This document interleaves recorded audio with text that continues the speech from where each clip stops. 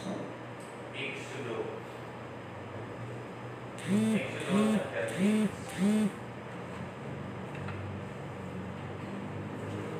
Exodo chapter 6.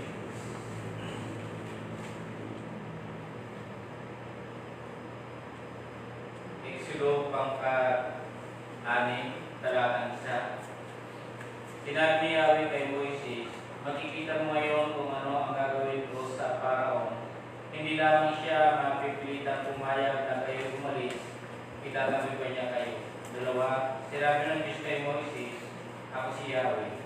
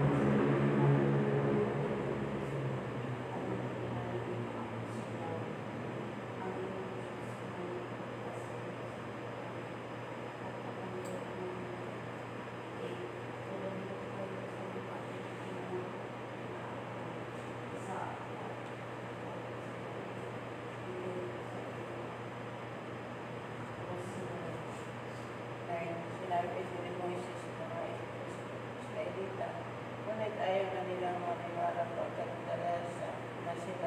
dahil sa matinding hirap nila minalaste. Pag-usap nila, sinabi ni Yahweh kay Moises,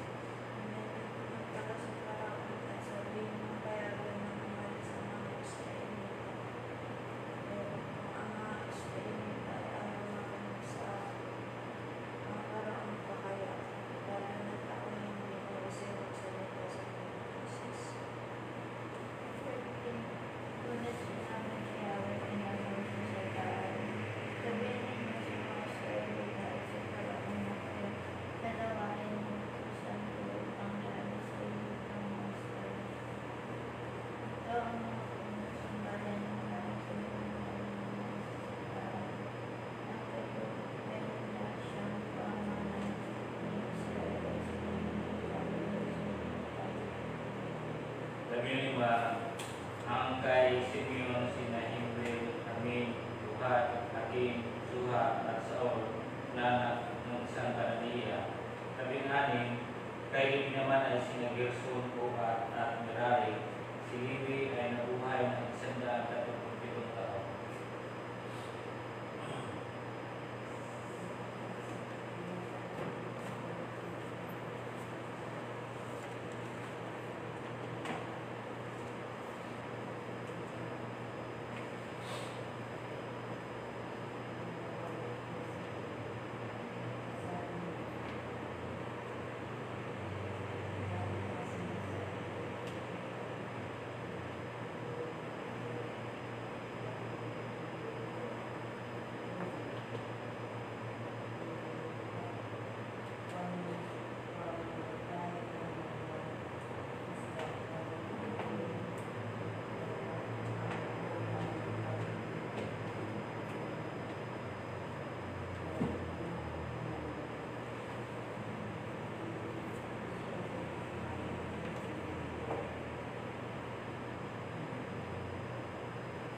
Ano binasa niyo po sila?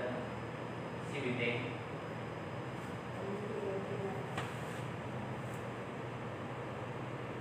Naintin ko na si Teresa? Naintin ka na?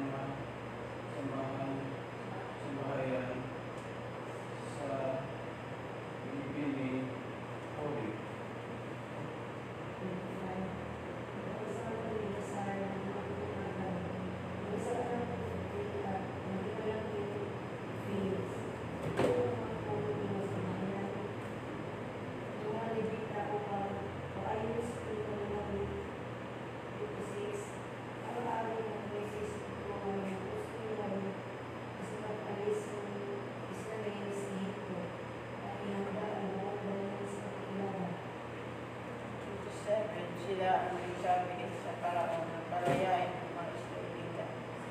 At nang si Moises ay kausapin ni Yahweh sa Egypt.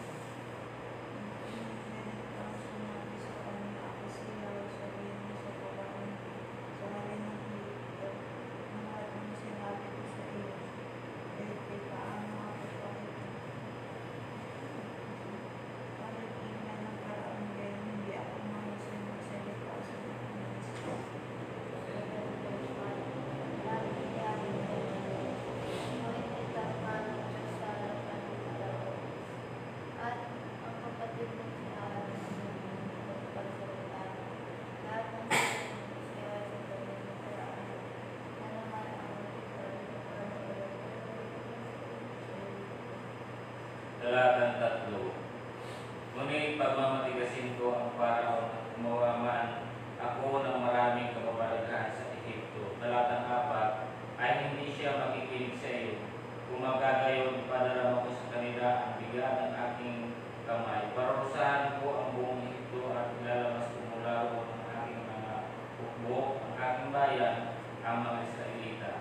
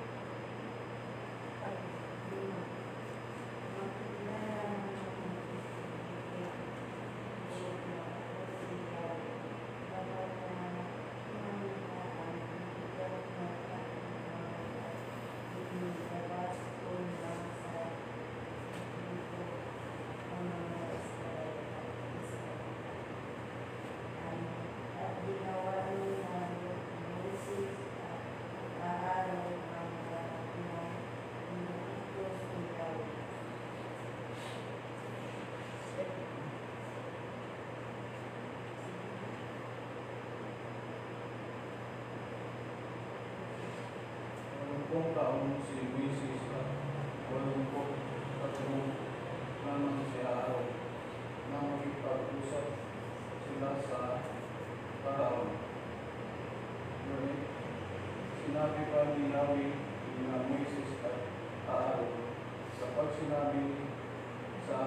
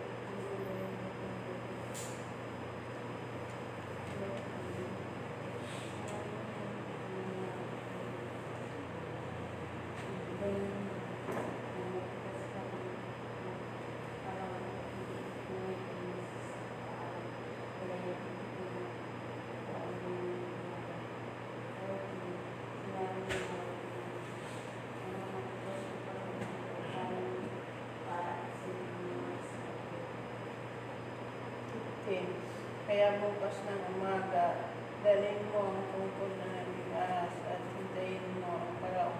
Pagpunta niya sa tabing ilog, sabihin mo, pinapupunta ka ni Yahweh, ang Diyos ng mga Hebreyo at pinasasabing payagan niya ang mga Israelita sumamba sa akin sa ilang. Sabihin mo rin dahil sa hindi niya pagsunod sa akin.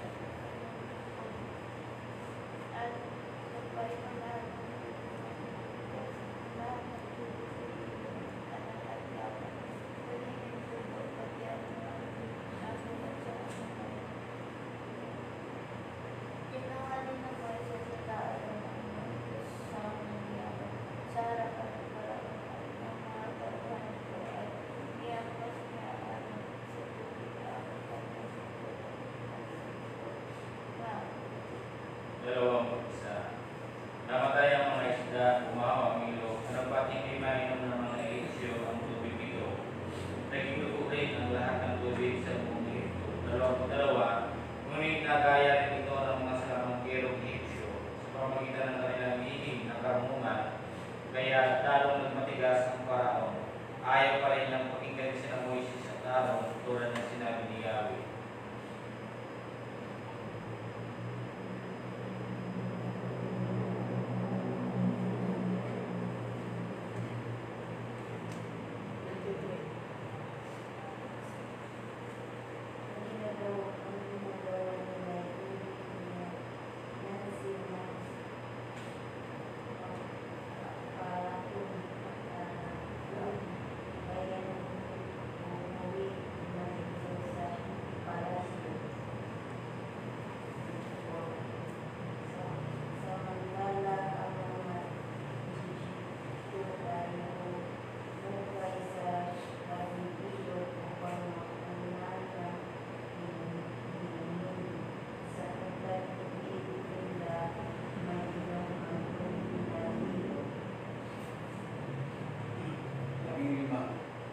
lumipas ang 7 araw mula ng pagpasin ni Yahweh ang tubig.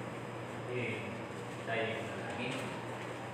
O Diyos, Ama na makapangyarihan, tayo Diyos ay naghahayag pa mga bagay na kung saan ay iyong nais, Panginoon. Tulad ng aming nabasa, Panginoon, ay kayo ay pamahayag sa mga taga-Egyptio, Panginoon God. Sa lugar na yaon ay iyong Panginoon God ipinamalas ang iyong kapangyarihan. At naniniwala kami, Diyos, na maging hanggang ngayon, Panginoon God, ang iyong kapangyarihan na kailanman ay hindi bumubukas. Panginoon, tulungan niyo kami, Panginoon God, at kung paano niyo tinulungan ng panahon yung mga Israelitang naagipin yung mga Egyptio ay yung tinulungan, Panginoon, upang sila'y makalaya, pabigyan ng maayos na buhay. At pag kami ngayon, Panginoon, nawa yung po kami pababayaan. Salamat sa mga talata na iyong pinagdalo sa amin at kinikilala namin ang kanilang pangalan. Sa tayong pangalan ni Jesus,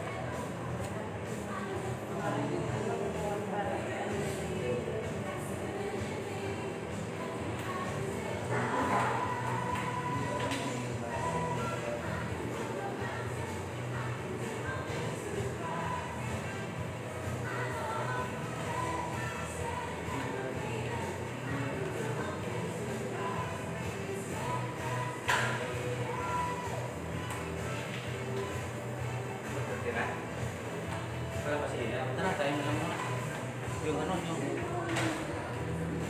Yung handog niya ay kapayapaan yung may gala. Tapos, ay hindi. Yung kasala.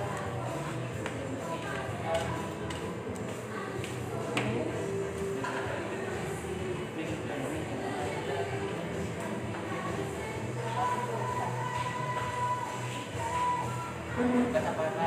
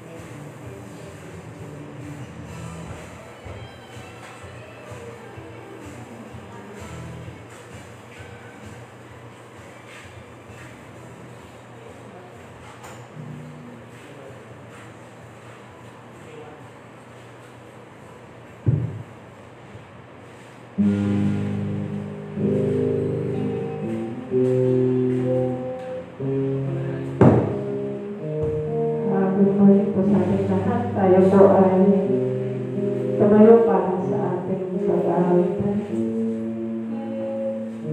Hallelujah, Jesus. Panginoon, sa oras na ito ay pinataas ka namin at pinalawin. Tunay na Panginoon, salamat sa panibagong araw, Panginoon, na binigyan mo kami, Panginoon, ng pagkakataon na muli ay magsama-sama para sa buhay, Panginoon. Salamat po, Diyos, ang Banal na Espiritu at sa patuloy na pumilos sa bawat isa sa amin sa oras na ito.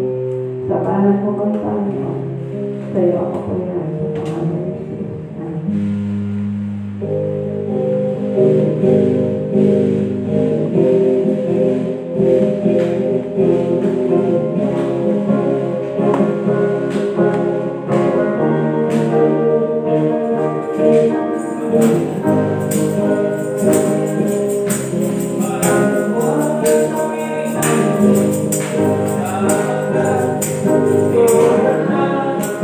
Oh,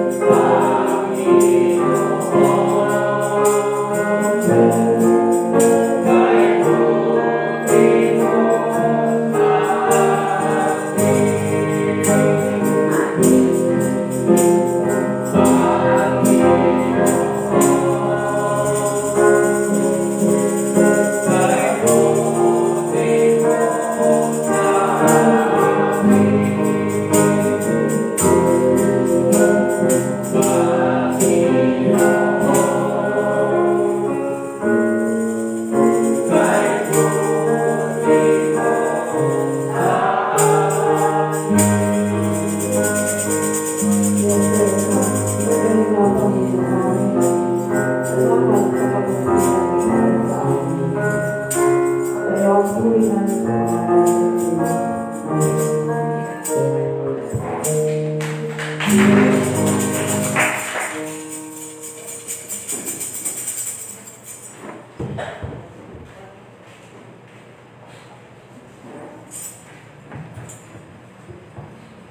Good morning sa ating lahat. Hindi po. So, atin namang reviewin yung ating mga pamagat. Hindi po, kung sa ulo po ninyo. Yung day 1, yung ating pag-aralan is stay connected to God. And then, second day is the Good Shepherd. And the third is only way. Jesus is the only way. And pang-apat ay Amen. So, Jesus is our living hope. So, ngayon, Jesus is the light of the world. Okay, so ngayon, ang ating pag-usapan ngayon ay ang ating Panginoon Kristo bilang isang ilaw. Siya po ay liwanag na tumatanglaw sa ating lahat. Amen po?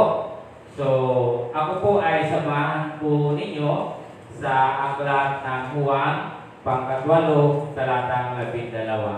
Sa lahat ng mga sumusubaybay, ay samahan din po ninyo kami sa ating pagbabasa. Kung mayroon din po kayong mga Biblia sa inyong mga tahanan, ay aming inayayahan po na kayo ay magpabukas sa aklat ng Juan, pangkatwalo, talatang 12. At ang lahat ay inayayahan lahat ay tumayo para sa ating pagbabasa sa mga talatang ito. So, sabi po dito, kung kayo po ay naririyan na, ay ating pong sama-sama basahin. Sa 12, muling nagsalita si Jesus sa mga tao, wika niya, ako ang ilaw ng sanlibutan, ang sumusunod sa akin ay magkakaroon ng ilaw na nabibigay buhay at di nalalakad sa kadiliman. Tayo ang manalangin. O Amang Banal na makapangyarihan sa lahat, kami po'y lumalapit sa inyo na sa mga oras na ito, inayos po namin na ibigay sa iyo itong aming pagpupuri, Panginoon, itong aming pagsamba na para sa iyo lamang ng Diyos. Salamat sapagkat ang inyong anak ni Kristo ay iyong ibinigay sa amin na para maging tanglaw, maging ilaw sa aming mga dinaraanan, Panginoon. Salamat po, Diyos, at pagpalain ng bawat isa sa tayong pangalan ni Jesus ang lahat ng sabi na Amen. So, maraming pong salamat. Tayo pong lahat ay magkakaupo na. Sabi diyan, Jesus is the light. Jesus is the light of the world. Si Jesus ang liwanag ng sanlibutan, unang mundo. So, mahirap pag ang buhay ay wala si Jesus. Sapagkat kung wala si Jesus, ay tayo ay madidirin na. So, totoo yun. Kapag without Jesus in our life, ay hindi natin alam kung ano yung ating mga ginagawa. Minsan akala natin tama siya. Pero kung tayo ay magbasa ng Biblia at mabasa natin yung kautusan ng Panginoon, doon na natin nakikita na mali pala yung ating ginagawa. Tama po. Pahintulot niyo pagbasahin muli. Muling nagsalita si Jesus sa mga tao, wika niya, ako ang ilaw ng sanlibutan. Ang nagsalita po dito ay si Jesus. Siya mismo yung nagsabi niya, ako ang ilaw ng sanlibutan. Siya yung pinadala ng Ama para tayo ay magliwanag. Napansin at nakita ng ating Diyos na ang mga tao ay nalilihis ng lakas. Hindi na lumalakad sa kautusan o batas ng Panginoon. Kaya ang kanyang bugtong na anak na si Kristo ay siyang pinadala. Kaya mismo si Jesus ay sabi niya, ako ang ilaw ng sanlibutan. Okay, and then sabi dito, ang sumusunod sa akin ay magkakaroon ng ilaw na nagbibigay buhay. Yung susunod. So, maliwanag na ang talata na nagsasabi dito kung sino yung susunod. At may posibilidad na mayroong hindi susunod. Pero ang susunod ay magkakaroon siya ng buhay. Tama? At hindi lang doon, ang sinasabi po dito ng Biblia ay at di nalalakad sa kadiliman. Alam po yung mga anak natin minsan pag nagkakamali doon sa kanyang pinagkamalian at pag umuulit po siya, lagi natin pinapalo.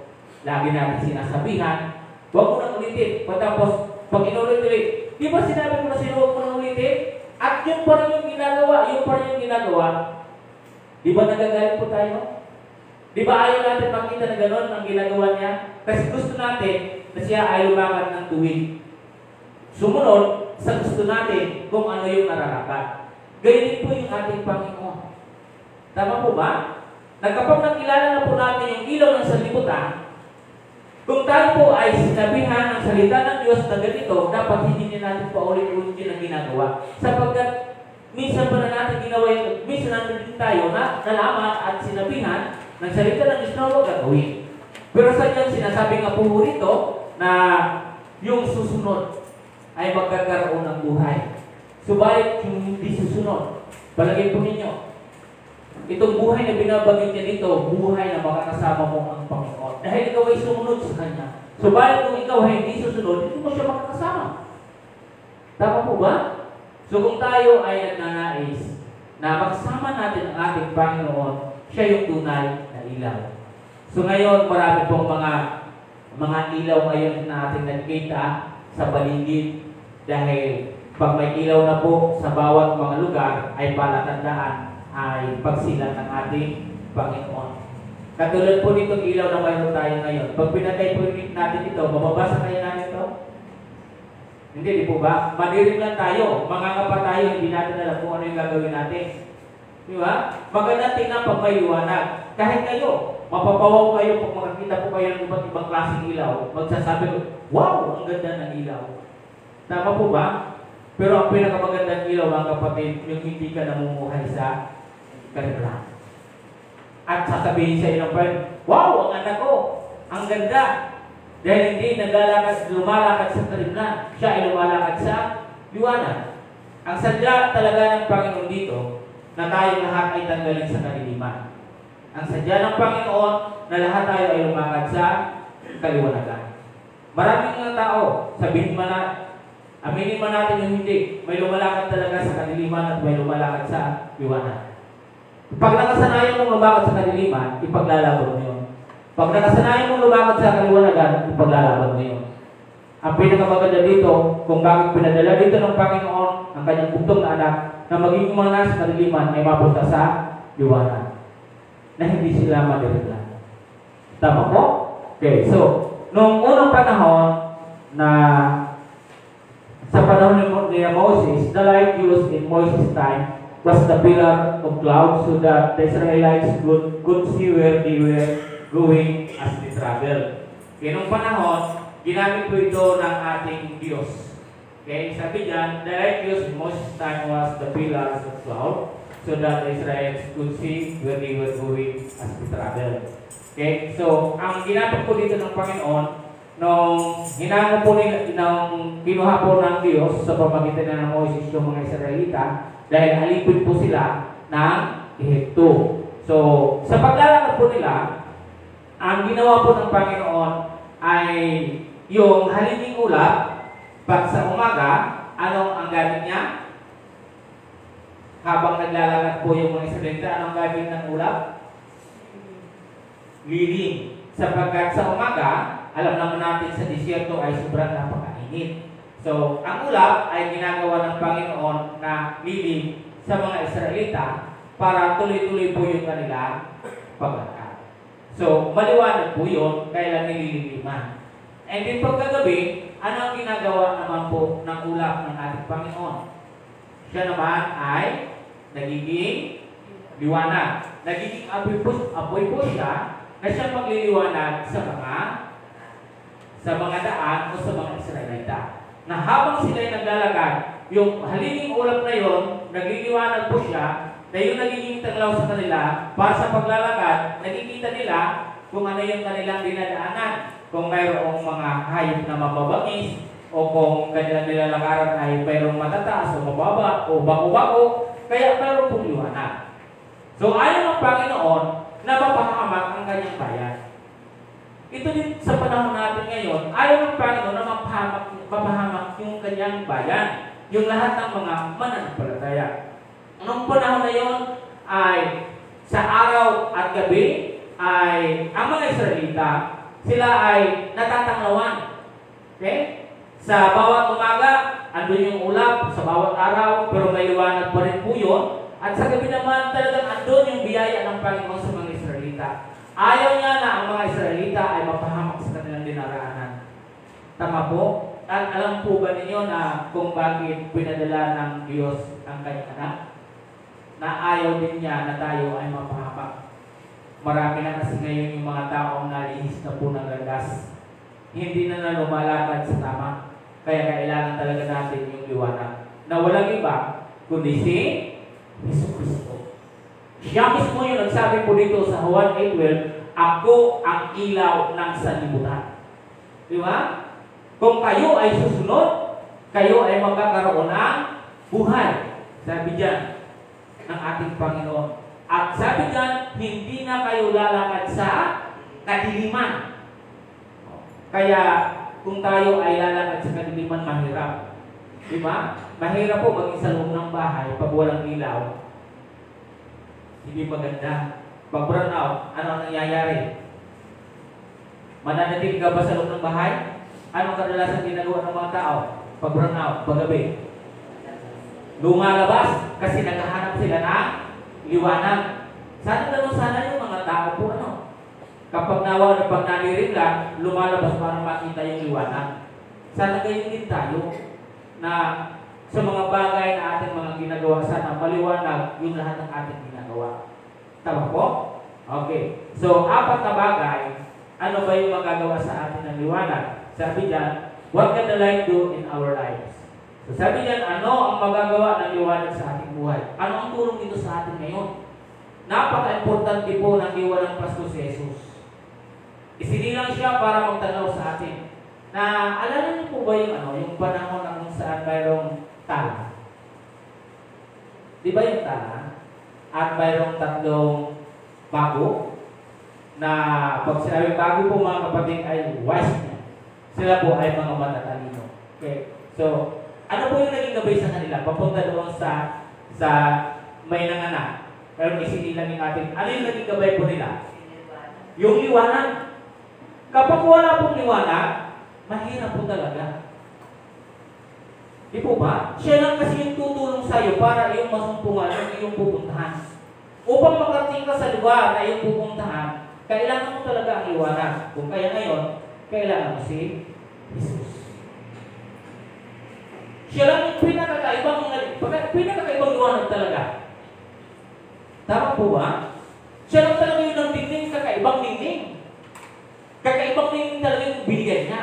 At yun yung ginawa ng 3 matalinong to. At yun yung kanilang sinundan, nakating po sila doon na maayos. Makakarating tayo sa ating pupuntahan ng maayos. Kung si Jesus yung ating susundan. Yun na yung sinabi niya po kanina, diba? Na kung ikaw ay susunod, magkakaroon ka ng buhay. Huwag tayong lalabak para makarating po tayo sa ating pupuntahan. Okay, so once again, 4 na bagay. What can the light do in our lives? 1, the light from Jesus will guide our steps. Tama po, sabi diyan, ang liwanag mula kay Jesus ang gagabay sa atin sa mga hakbang natin. Kapag walang liwanag, madali pong matalisod yung tao. Kapag walang liwanag, madali pong nakagawa ng masama ang tao. Kahit nga nagbabasa na ng Biblia at nakikinig ng salita ng Diyos, nadadapa pa rin tayo. Di po ba? Minsan, nakakagawa pa rin tayo. Kasi, ang ilaw iniiwan natin. Minsan yung ilaw, pinapatay natin. Pag pinatay at iniwan mo po yung ilaw na yan, may posibilidad na ikaw ay matalisod. Sapagkat pag iniwan mo po si Jesus, ano ngayon yung mangyayari sa iyo? Di po ba? Kaya ito po yung nangyayari po sa atin ng ating Panginoon ang siyang magiging gabay. Guide po natin sa ating mga buhay. Wala na pong iba. Kasi pag si Jesus ay naririyan sa iyo, na pag ikaw ay gagawa na hindi maganda, mismo siya ang magsasabi sa iyo, anak, huwag mo yan gawin. Kaliliman yan. Mali yan. Pero kung yung ilaw pinapatay at iniiwan po natin, sino ngayon magsasabi sa atin? Tama po ba? Paano yung ilaw natin hindi natin dinadala? Paano kung ayaw po natin sa ilaw? So magpapatuloy tayo sa paggawa ng kadiliman. At yun ang hindi gusto ng Panginoon. Kaya nga pinadala niya dito yung kanyang buntong anak upang tayong lahat ay maliwanagan. Maraming mga tao ay nalalabuan. Di ba? Maraming mga tao hindi pa gaano naiintindihan yung salita ng Panginoon. Tama po? Kaya tayo, tingnan niyo po yung binanggit po sa inyo kanina yung Israelita. Ayaw ng Panginoon na sila ay matalisod. Gusto nila na makarating na ligtas sa kanilang parurungan. Okay? Lahat ng mga bata, lahat ng mga hayop ay naliliwanagan. Para sila ay maayos na puprotektahan ng Panginoon na papatubayan sa kanilang nilalakaran. Dahil doon sa kanilang nilalakaran, hindi naman lahat po ay pantay. Kaya hindi naman lahat doon ay maayos yung kanyang nilalakaran. Pwede yung nilalakaran lahat doon ay may mga bato. Diba? O di kayo may mga butas. Di po ba? O di kayo may mga hayop na gumagapang at least makikita nila. So wala mapapahamak sapagkat makikita nila at maiiwasan yung anong mga bagay na hadlang sa kanila. Tama po? Kaya ang Panginoon, ginagabayan niya po. Ginagabayan, o huwag ka dyan, lista, sapagkat mayroon dyan ang aabang. Di po ba? Pero pag wala po yun, sumahirapan po sila. Paano po sila makapagpapatuloy kung madilim? So, mangyayari, yung kanilang paglalakbay, ano gagawin nila po nun? Mahihinto at matatagalan ng matatagalan. Kung ano ba yung biyaya ng Panginoon para sa kanila, matatagalan. So, kaya ang Panginoon ay gumawa dito ng pillars of cloud para magamit po nila ito sa araw at gabi. Tama po? Kaya tayo, ang Panginoong Jesus, gamit na gamit po natin yung araw-araw. Kasi kung wala po siya, yung paglalakbay, yung mga ginagawa natin, sigurado magkakaroon tayo ng kapahamakan. Magkita din natin kasi sa ating paglalakad, yung katulad, halimbawa, sa paglalakad natin sa bawat araw, maiwasan mo yung makakasalubong mo kung minsan.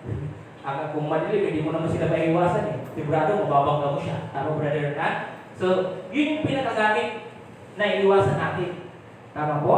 Okay. So, sabi dito sa ating una. Pangalawa, the light from Jesus will keep us away from doing evil. Tama po ba? Ang taong naliliwanagan, alam niya na yung masama, hindi niya na yung gagawin. Kasi alam niya, masama yun. Alam niyo sa ating pamilya, pag ang anak natin grounded, dahil sa ginawa, sinasabihan natin sila, di ba? Winawarningan natin. Ikaw, anak, nagagawa ka ng masama, grounded ka niya sa akin. Huwag mo nang ulitin yung ginawa mo sapagkat masama. Ang tao, parati niyang inuulit yung ginagawa masama, parang wala talaga siyang liwanag sa isip. Parang talaga siyang walang liwanag sa kanyang puso. Kasi paulit-ulit yung ginagawa. Parang wala siyang Kristo sa kanyang puso. Sapagkat paulit-ulit yung ginagawa. Ang sinabi ng Biblia, siya yung liwanag. Kung ikaw ay naliliwanag, dapat hindi mo siya paulit-ulit na ginagawa. Yun yung sinabi sa atin ng Biblia po kanina. Di po ba? Yung sinabi doon na kung si Kristo ay naririnig sa inyo, ay kayo ay hindi nilalakad sa kariman. Pag paulit-ulit po natin yung gagawin, hindi po tayo namumuhay sa liwanag. Namumuhay tayo sa kadiliman. Kaya nga sabi doon na ang susunod sa Kanya ay magkakaroon ng buhay.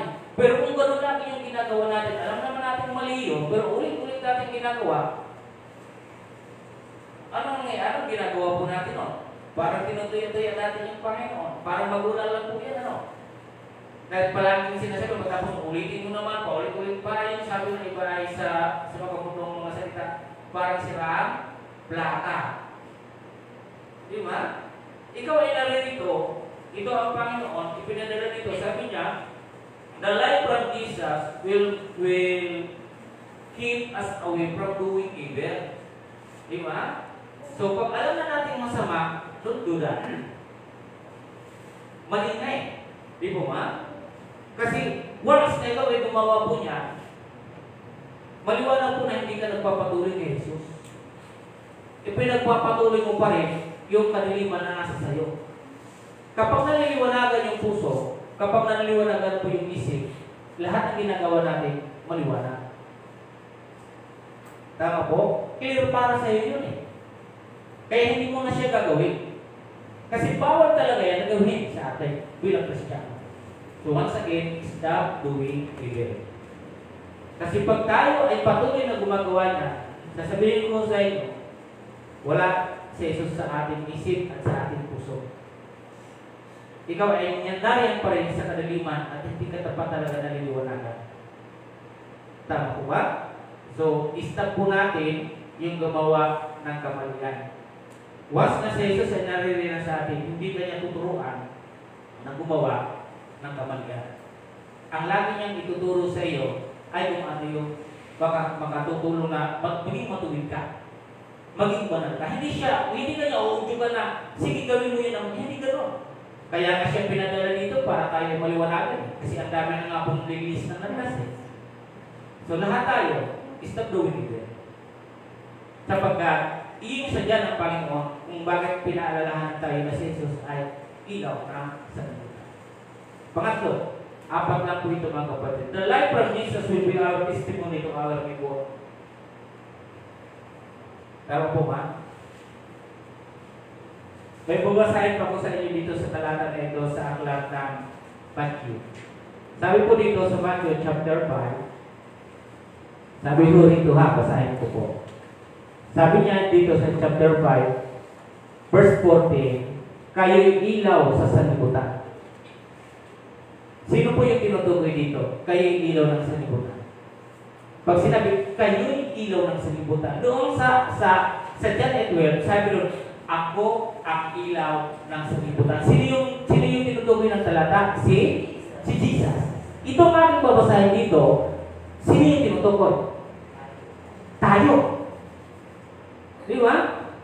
Nung panahon nga sa mundo po yung Panginoon, ito yung kanyang sinabi. Ang sabi niya dito, sa kayo'y ilaw ng sanlibutan, hindi maitatago ang isang lungsod na nakatayo sa ibabaw ng burol. Walang magsisindi ng ilaw at nalalagay nito sa ilalim ng takalan. Sa halip ay nilalagay ito sa talagang patungan upang matanglawa ang lahat ng nasa bahay. Gayun din naman, dapat ninyong paliwanagin ang inyong ilaw sa harapan ng mga tao upang makita nila ang inyong mabubuting gawa at duwalhatin ang iyong Amang nasa langit. So anong sinabi po dito sa ating talata na aking binasa? Sabi po dito sa pangatlo, the life from Jesus will be our testimony to our neighbor. So yung tinutukoy po dito life, hindi na po si Jesus, kundi ang tinutukoy niya na po dito yung mga sumusunod sa liwanag. Sino po sila? Tayo. So clear po yung talata, di po ba?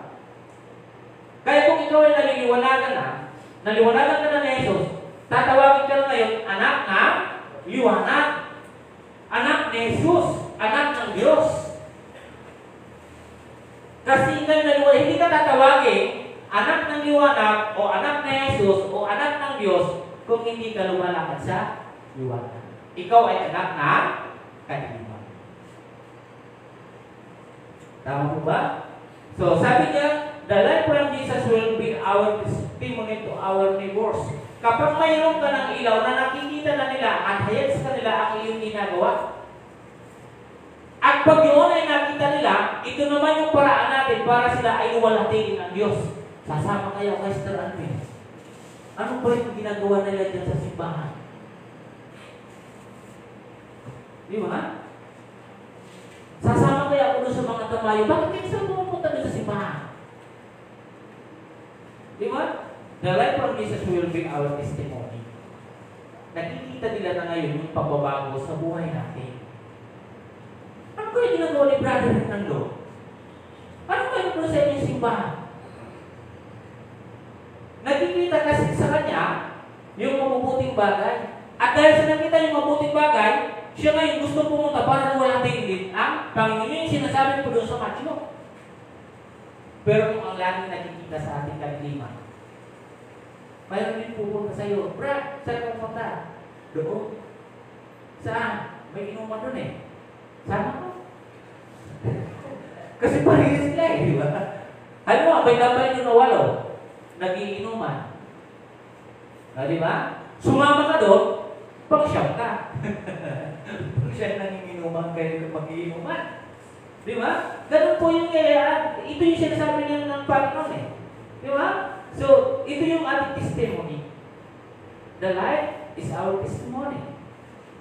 Na si Jesus ay narinig ko sa atin. So, the light from Jesus will be our testimony to our neighbor.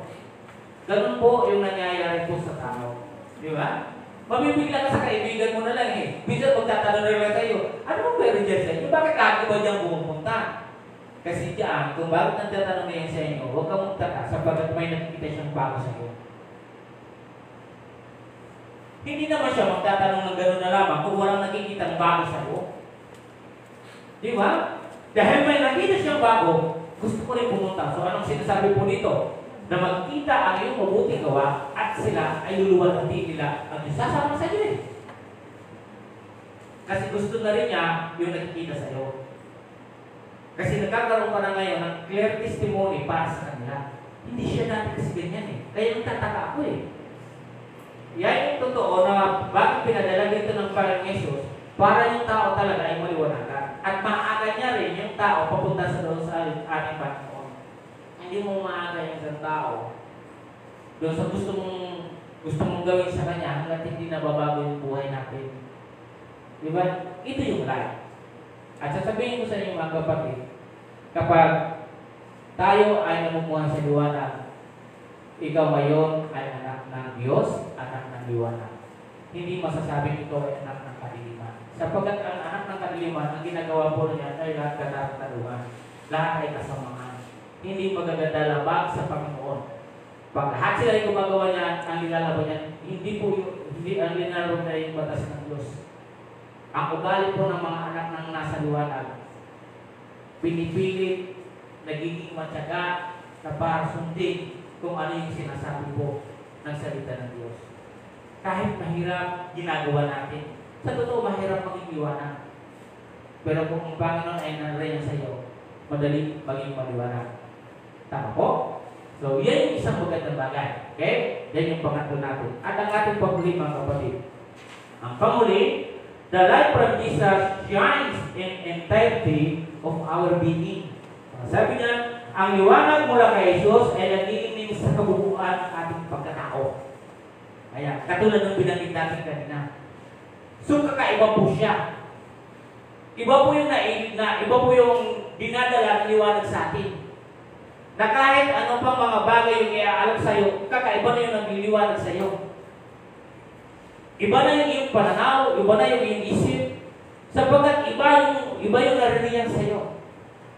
Wala kang isipang para labagin yung tuntunin ng Diyos. Kasi siya ay buong katawan mo ay nagliliwanag na talaga siya. Nagliling na siya.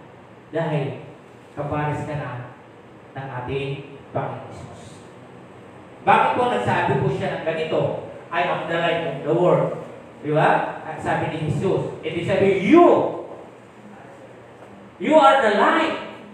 So, ibig sabihin yung entirety po natin, yung kabuuan po natin, our whole being, ay nakikita na po sa atin ang ating Panginoon Jesus. So, di po ba? Kaya ang liwanag, yan yung naidudulot sa atin. Yan yung nagagawa ng liwanag sa atin.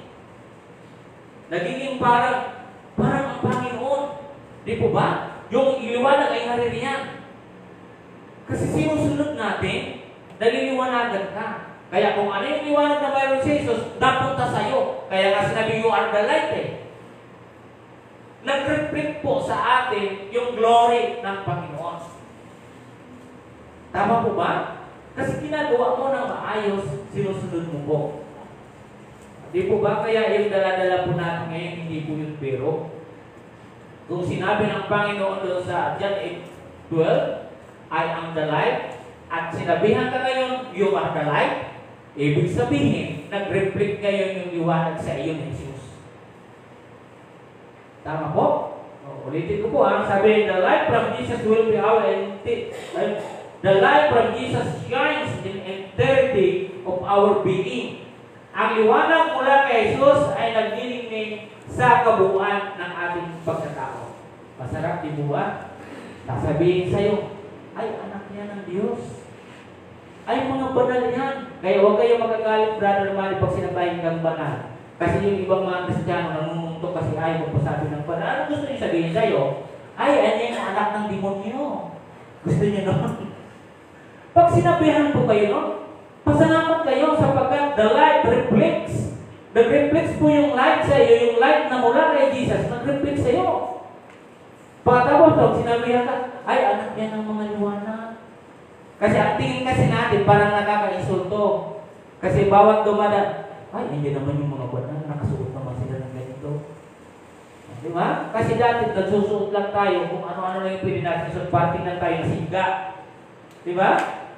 So, parang yung nakikita nila, hindi sila natin. Nanibago sila, bakit ganyan na yung sulit ng siga na to? At sasabihin na sa'yo, andiyan na yung banal, dadaan. Padaan niya yung banal. Di ba? Huwag kayong magagalit, Brother Rudy, pag sinasabihan kayo ng gano'n, ano? Kasi nakita na talaga sa inyo yung liwanag. Di po ba? Kung ano yung reflection ni Jesus napunta sa iyo.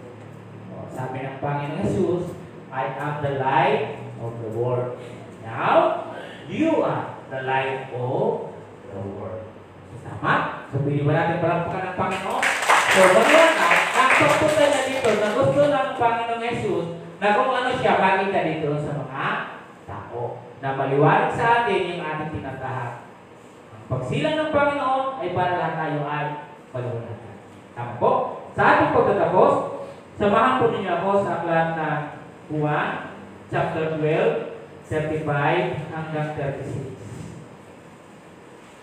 Juan chapter 12, 35, 36. Ang sabi, sinabi ni Jesus sa kanila, kaunting panahon na lamang makakasama ninyo ang ilaw.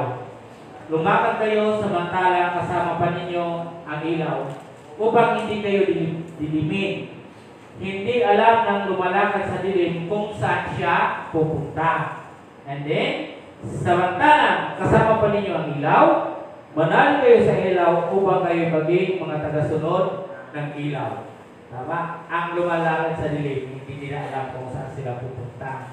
Pero yung may liwanag, alam nila kung saan sila. Kaya dire-diretso lang sila. So, maliwanag? So, yan yung sinabi po dyan. And then, sabi po dito sa 1 John 1:6-7, ito naman ang kanyang sinabi.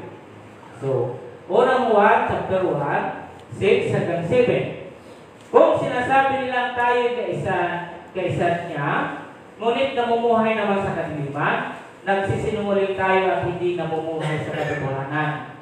7. Ngunit kung namumuhay tayo sa liwanag, kung paano siya nasa liwanag, tayo nagkakaisa at nililinis ng dugo ni Jesus sa kanyang anak sa lahat ng ating kasalanan. Tama po, ang namumuhay po sa liwanag, hindi po siya naglalakad sa kadiliman. At ang kadiliman, hindi niya alam kung saan siya pupunta. Samantala, yung may liwanag sa kanyang buhay, alam niya kung saan siya pupunta.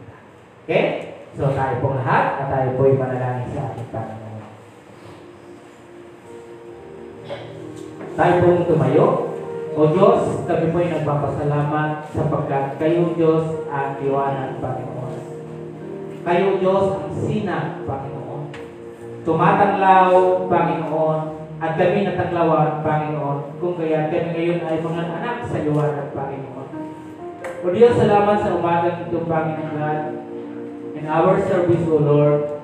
Salamat sapagkat ang liwanag na ito ay hindi pansamantala, kundi magpakailanman, Panginoon. Hindi ito paris na liwanag na mayroong kami dito sa daigdig na ito, Panginoon.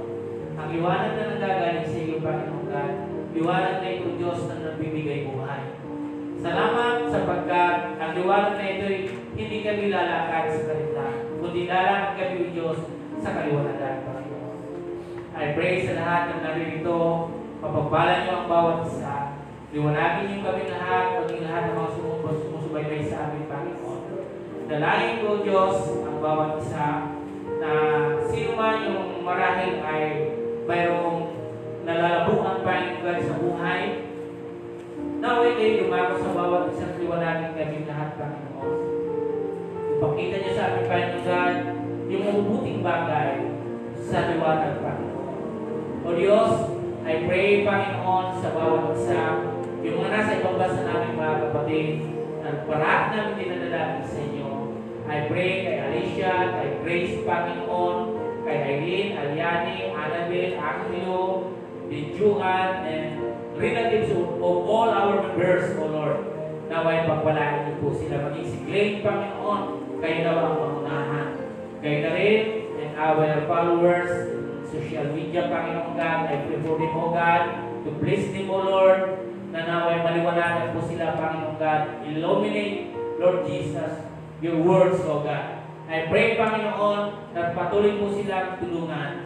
And also, I pray, Panginoon God, sa bawat mga estudyante namin, mga anak, na mamuhay sila sa liwanag, Panginoon. Lord God, kung paano kami sumusunod sa iyo, naway yun din, O Diyos, yung maibigay namin sa mga anak namin, Panginoon God, na tulad ng Jesus, tulad ng iyong anak, na nag-reflect sa amin yung liwanag, na maipasa naman namin sa aming mga anak, Diyos, upang makapamuhay ng maayos. Sa mga apo namin, Panginoon, sa mga darating na henerasyon, naway magpatuloy, Panginoon God, ang liwanag na ito. God, I pray sa mga work ng bawat isa, yung protection yung Panginoon, yung enough blessing ng bawat isa, Panginoon, to supply all our needs, Panginoon. I pray, Panginoon God, alam namin na kayong ay Diyos na nagpapala, Panginoon. Narito, Diyos, na pinagkakatiwala mo bawat isa, lahat ng mayroong mga iniindang mga karamdaman. I pray, Panginoon God, na ikaw, Diyos, ang magpapabilig sapagkat ikaw, Panginoon God, ang Diyos ng doktor, ng mga doktor, Panginoon. I pray, O Diyos, kay Sister Enriqueta, Michelle, Hermes, Panginoon, Sister Betsy, Brother Manny, Brother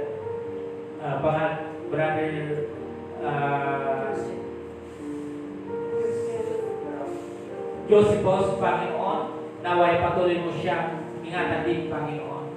And Lord, I pray, Panginoon God, sa iba pa namin mga kapatid, sa mga bata man na may mga hindi gaano kabigatan yung karamdaman, sipon man ito, I pray for them, Panginoon, complete healing, O Lord Jesus.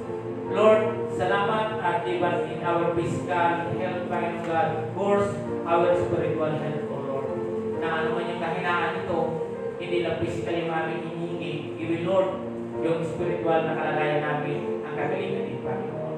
Lord God, maraming salamat. And also I pray our country, Panginoon God, all the leaders, O God. I pray, Panginoon God, in every department, agencies, O Lord, tulungan niyo nawa, Panginoon God, yung aming gobyerno. Tulungan niyo, Diyos, from the highest to the lowest positions, O God. Bigyan niyo sila ng kalaman, karunungan kung paano patakbuhin ang aming bansa, Panginoon. At magibabaw sa aming bansa ang katutuhan ng Panginoon. Maraming pong salamat, Panginoon God. And Lord, I pray sa aming pansamantalang pag-ibahiwalay. Ang iyong iwanan, bahay na si Jesus, ang siya pumayaon sa aming lahat, Panginoon. Umaasa kami, Panginoon God, and we need your people, Panginoon God. We ask people from you, Lord Jesus, na ano man yung gagawin namin sa araw na ito, kayo, Panginoon God, ang magbibigyan ng karangalan, at the same time, Lord, ay matatagpuan at susubukan namin yung kailangan namin. Maraming po salamat. Buksan po natin ang ating isipan, yung ating puso para sa ating Panginoon. Haringaway, sumaating lahat ang biyaya at pagpapala ng ating Panginoon sa Kristo, ang pag-ibig na walang hanggan ng ating Diyos Ama, at ang